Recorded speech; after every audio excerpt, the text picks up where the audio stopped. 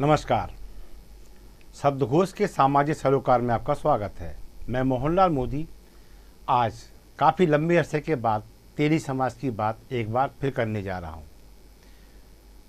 बीते रोज मुख्यमंत्री श्री शिवराज सिंह चौहान ने एक बार फिर कह दिया, आप सभी समाज के लोग मिल बैठकर नाम तय कर लें, हम नियुक्ति कर देंगे।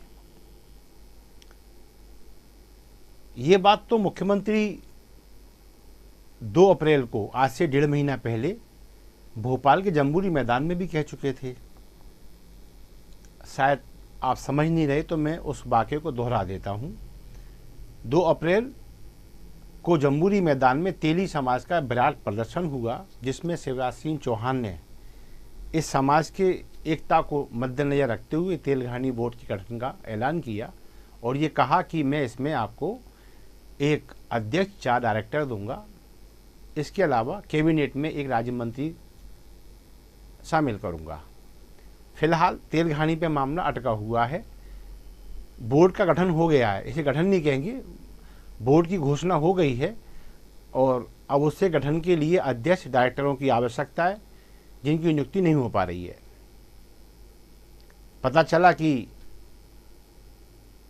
मुख्यमंत्री निवास पर बैठक है, लेकिन ये बैठक वहाँ कृतज्ञता ज्ञापन करने का प्रदर्शन में परिवर्तित हो गई। किसी ने भी मुख्यमंत्री से ये नहीं पूछा कि 1.5 महीने पहले जो आपने कहा था कि आप तय कर लो, हम बना देंगे।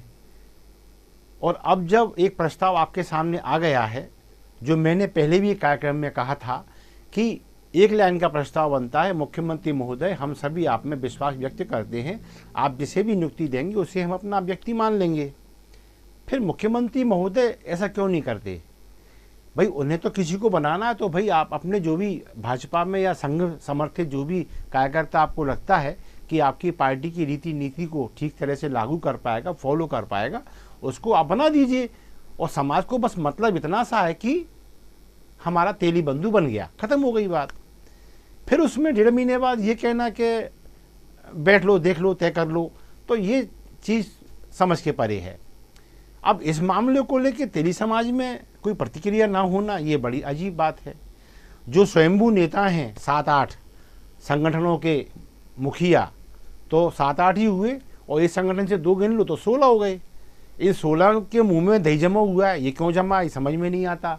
हाँ, जितनी हमारी अल्प बुद्धि कहती है वो इसलिए जमा हुआ है क्योंकि इनमें से अधिकांश खुद ही अध्यक्ष पद के और डायरेक्टर पद के दावेदार हैं। कुछ खुल के बोल रहे हैं, बस कुछ बोल नहीं रहे। कुछ को उम्मीद है कि शायद आप बगैर बोले ही बन जाए। तो ये स्थिति जो है वो तेली समाज को शासन के सामने पंगु बना रही है।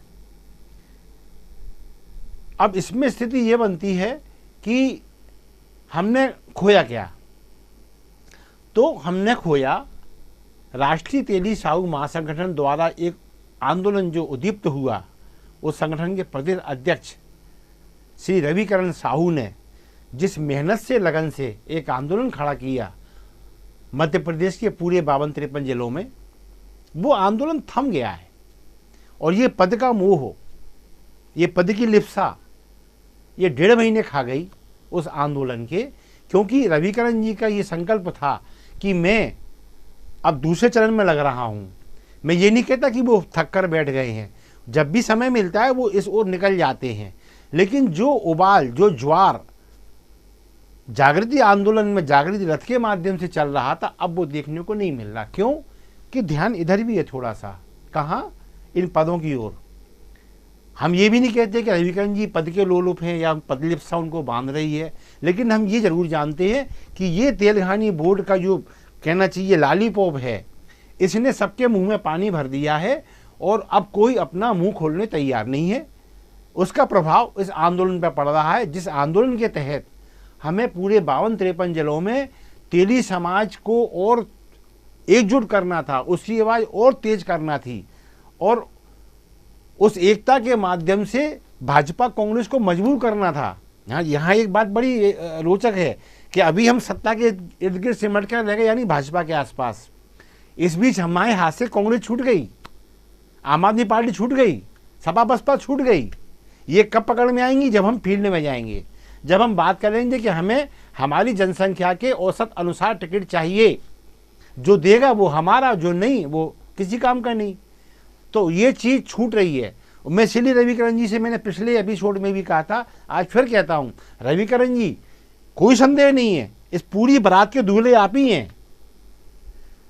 जब कभी भी पदरूपी दुल्हन वरण करेगी तो आपका ही करेगी, यदि न्याय जीवित है तो, यदि सीएम को न्याय करना आता है तो। लेकिन आप हटिए अब यहाँ से। आपके लक्ष्य बड़े होना चाहिए, आपकी मंजिलें बड़ी होना चाहिए।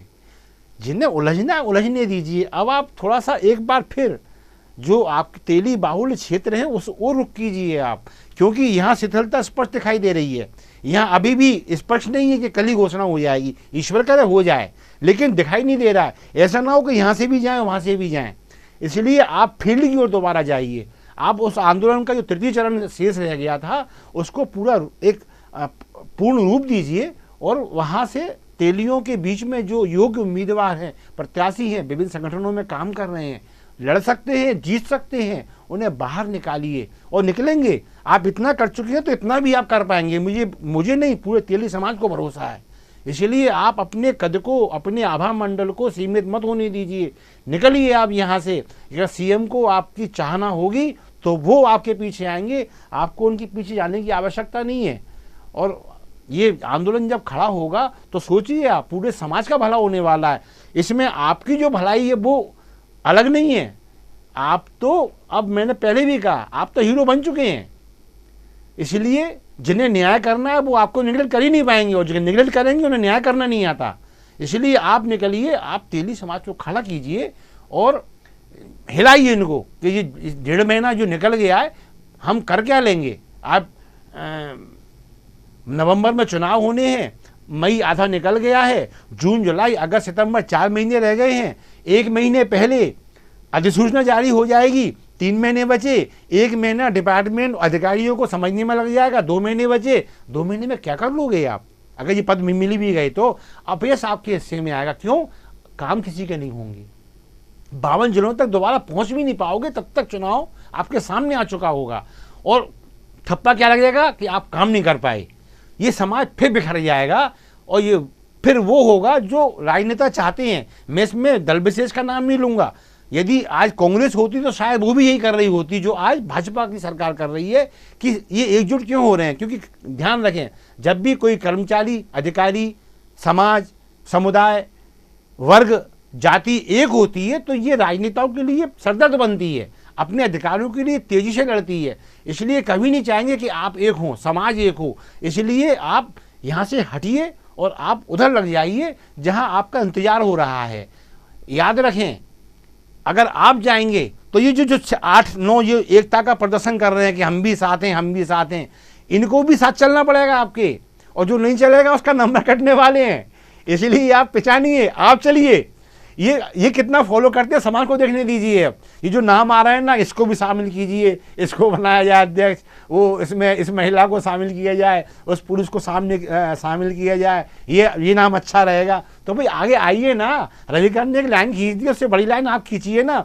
और बड़ी नहीं खींच पा रहे तो साथ तो चलो रविकरण के जरा, ये पोल खुलेगी इन लोगों की। इस रविकरण जी, ये मौका बार बार नहीं मिलेगा। आपने अपने श्रम से जो मौका हासिल किया, अवसर हासिल किया है, उसे पूर्णता प्राप्त करो और आगे बढ़ो। और ये 8-9 संगठन जो कहते हैं ना कि हम भी साथ हैं, इन देख थोड़ा सामने तो आने दो, कौन कौन साथ है।